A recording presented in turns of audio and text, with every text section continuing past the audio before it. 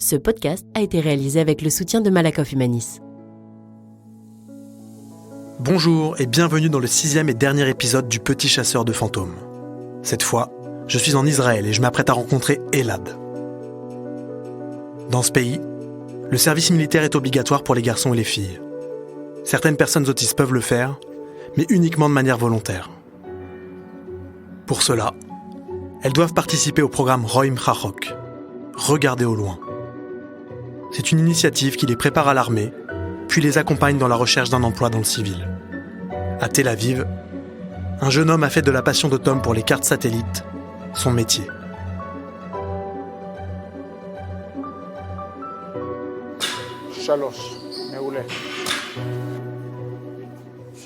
Bonjour, je m'appelle Elad Steinmetz, j'ai 26 ans, j'habite à Petah Tikva et je travaille à l'administration foncière d'Israël comme analyste des photographies aériennes. Rencontrer Elad, c'est d'abord aller chez lui, faire un détour par son intérêt spécifique, le catch.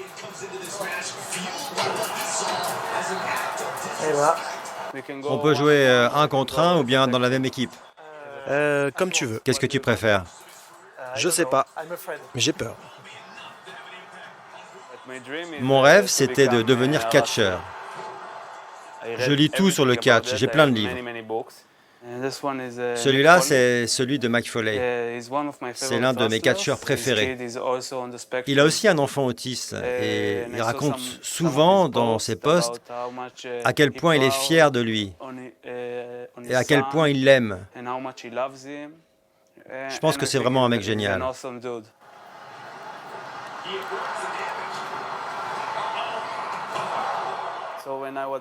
Quand j'étais petit, je ne flappais pas avec les mains, mais je sautais partout quand j'étais content.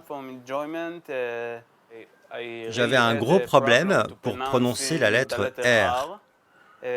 Or, en Israël, la lettre R est partout. Et puis j'ai mis beaucoup de temps à marcher normalement.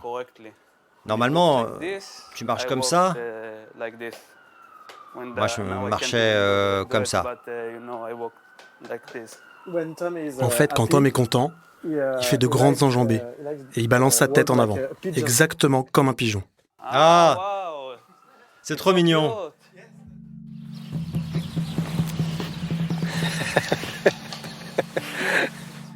Elad est parmi les premiers à avoir réussi le programme israélien Roim Chachok. En fait, c'est un programme qui inclut des jeunes sur le spectre de l'autisme à Tzahal, dans des postes vraiment importants, vraiment cool. Chaque poste est minutieusement choisi pour qu'on puisse continuer après dans la vie civile et avoir du travail lié à notre expérience. Quand je vois Elad au travail, je ne peux pas m'empêcher de penser à Tom. Tu vois, là, c'est aujourd'hui sur la carte, et là, c'est il y a 2 ans. On peut comparer. Et il y a beaucoup plus d'activités. Dans son bureau, les 2 collègues d'Elad ont également suivi le programme d'intégration dans l'armée.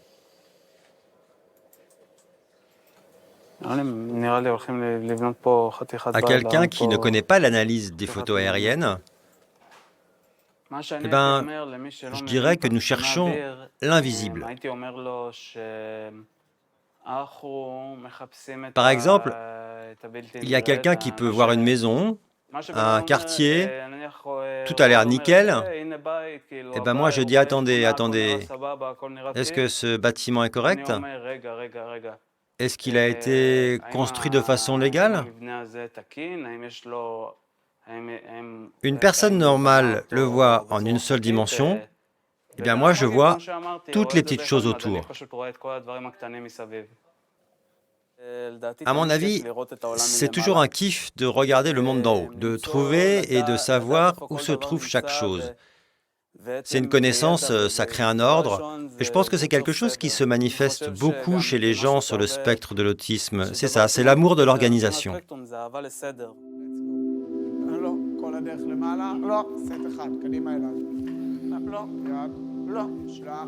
Il y a 10 ans, Elad a été formé dans les locaux de Roim Chachok, au logiciel de l'armée.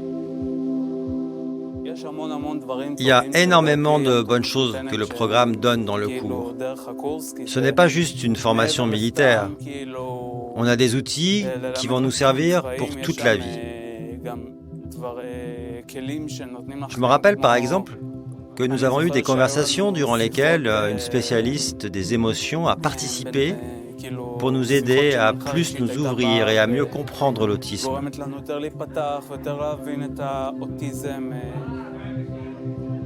Tal Vardi, cofondateur du programme Roim Chachok. Les professions que nous avons choisies sont des professions dans lesquelles les personnes sur le spectre ont un certain avantage. En ce qui concerne l'analyse des photographies aériennes, il y a des études qui indiquent que les personnes sur le spectre de l'autisme voient différemment. En plus de leur goût du détail, il y a leur capacité à détecter des changements et leur capacité à faire le même travail de façon répétitive. Ça les rend très performants pour l'analyse des photos aériennes, par exemple. Après la formation, Elad a intégré son service militaire dans l'unité 9900. C'est une unité secrète d'observation dont il n'a pas le droit de me dire un mot. Ce que je peux dire sur mon service militaire, c'est qu'avant, dans tous les autres cadres, j'avais toujours l'impression d'être différent. Et là, j'ai eu le sentiment de faire partie de la société. Je pense que le programme aide vraiment à tellement de gens sur le spectre. Pas juste pour trouver une place dans l'armée, mais ça aide à mon avis. Ça m'a formé. Ça a formé mon identité, qui je suis. Nous retrouvons Tal. Il s'adresse à la dernière promotion de jeunes qui va bientôt rejoindre l'armée. Il se passe quelque chose de très important, et c'est vraiment le principal. C'est qu'ils traversent un processus d'acceptation d'eux-mêmes et du diagnostic. Vous continuez ensemble.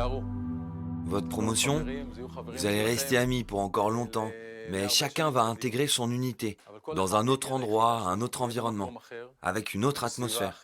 Pour une partie d'entre vous, vous allez traverser des épreuves, ok? Et vous ne serez pas seul, ok? Notre équipe reste avec vous durant l'apprentissage et après aussi pendant le service militaire.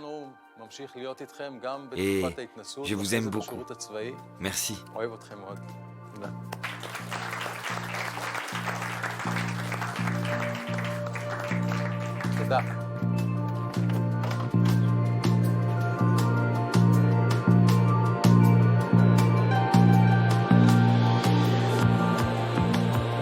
Avant mon retour en France, Elad me demande de l'accompagner dans sa famille. Ils m'ont toujours accepté, toujours aidé et offert tout ce dont j'avais besoin. Je pense que ce sont les meilleurs parents du monde entier. À voir où Elad en est arrivé aujourd'hui, je suis impatient de recevoir les conseils de sa maman. Oznat. On me dit toujours, vous êtes ses parents, c'est grâce à vous que votre fils est arrivé là où il en est aujourd'hui. Je dis toujours, non, c'est grâce à Elad. Beaucoup à Elad grâce à ce qu'il est. Concernant ton fils qui a 12 ans, il faut penser à la suite. Il ne faut pas avoir peur. Et toujours faire ce qui lui fait du bien. Ne pas penser aux autres, à ce qu'ils disent. Et l'école ordinaire n'est pas toujours ce qu'il y a de mieux. Il faut voir ce qui lui convient le mieux. Comment lui faire faire des choses et aller de l'avant.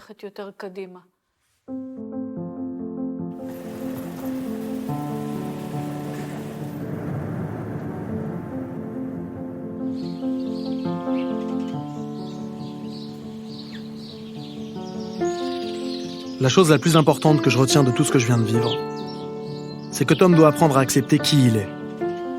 Son autisme doit devenir sa plus grande force. J'ai entendu un bruit.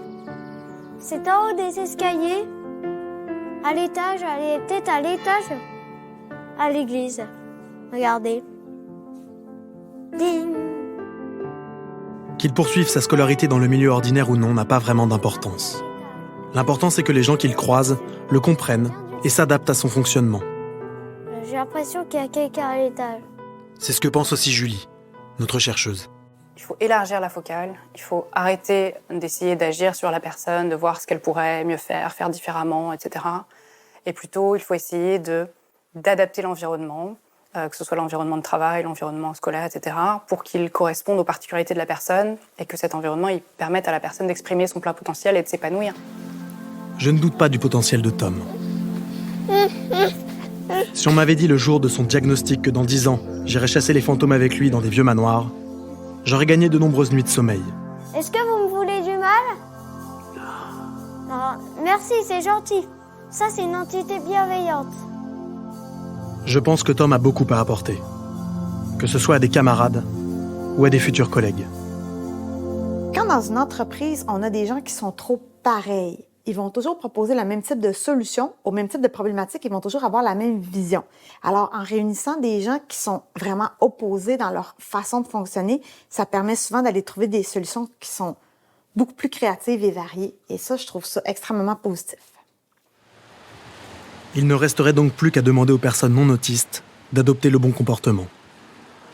Un accueil idéal serait que l'intégration ou l'inclusion soit finalement invisible avec le temps, que quand on va les uns vers les autres, que ce soit vraiment naturel, parce qu'à trop forcer la bienveillance, on finit par tout théâtraliser et ça n'est plus naturel, que l'on ne nous prenne pas pour des extraterrestres.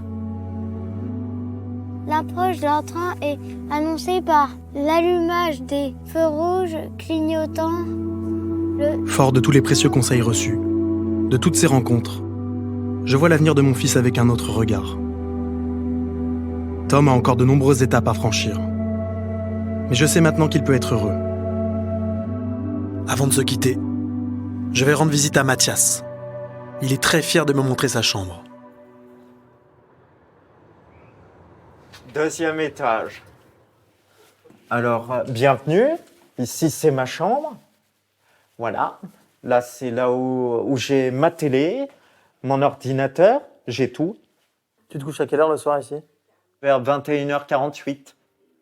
D'accord. Et pourquoi tu te couches à 21h48 et pas à 21h49? Parce que ça n'a aucun intérêt pour moi. Est-ce que tu es heureux dans ta vie? Oui. Qu'est-ce qui fait que tu es heureux? Avoir une vie de rêve, avoir mon propre chez-moi, c'est toujours ce que j'ai voulu. J'aimerais aussi poser une dernière question à Elad. Est-ce que tu as envie de dire quelque chose à Tom? Alors je veux dire plusieurs choses à Tom. Première chose, t'as un père incroyable, qui t'aime, qui t'apprécie. Je vois bien sa fierté à chaque fois qu'il parle de toi. Et c'est pas acquis. Ne lâche rien. Continue à rêver. Comment on dit? Souris toujours. Et si tu as une difficulté, maintenant, sache qu'il y a tellement de gens qui t'aiment et qui vont tout donner pour toi.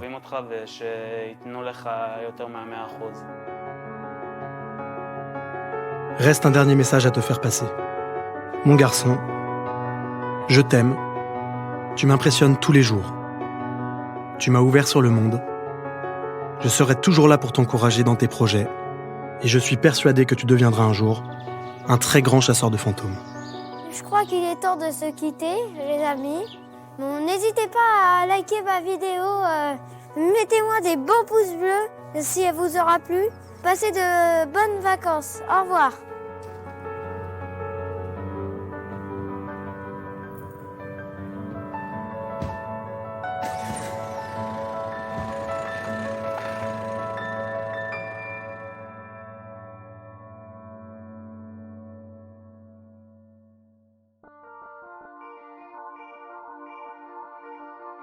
Merci d'avoir écouté Le Petit Chasseur de Fantômes. J'espère que mon histoire vous a permis de découvrir l'autisme sous un autre angle. Et j'espère aussi qu'elle va donner de l'espoir aux parents, qui sont aussi perdus que j'ai pu l'être il y a 10 ans. Alors je compte sur vous pour faire connaître ce podcast, comme vous avez l'habitude de l'entendre, et c'est important. Mettez une bonne note, likez, partagez. Et puis avant de nous quitter, je voudrais remercier tous ceux qui m'ont permis de faire ce travail. À la réalisation, Laurent Kouchner et moi-même. À la production Maison Cap Prod. La musique est composée par Léopold Roy et François-Xavier Dubois. Merci à Benjamin Dard et Charlotte Bagland d'avoir prêté leur voix. Ce podcast est l'adaptation d'un documentaire diffusé sur la chaîne parlementaire et produit par Upside Télévision. Merci à eux de nous avoir autorisé son passage à l'audio. En bio, le générique complet de tous ceux qui ont été essentiels. Et si vous m'avez écouté jusqu'ici, je vous en remercie encore plus que les autres.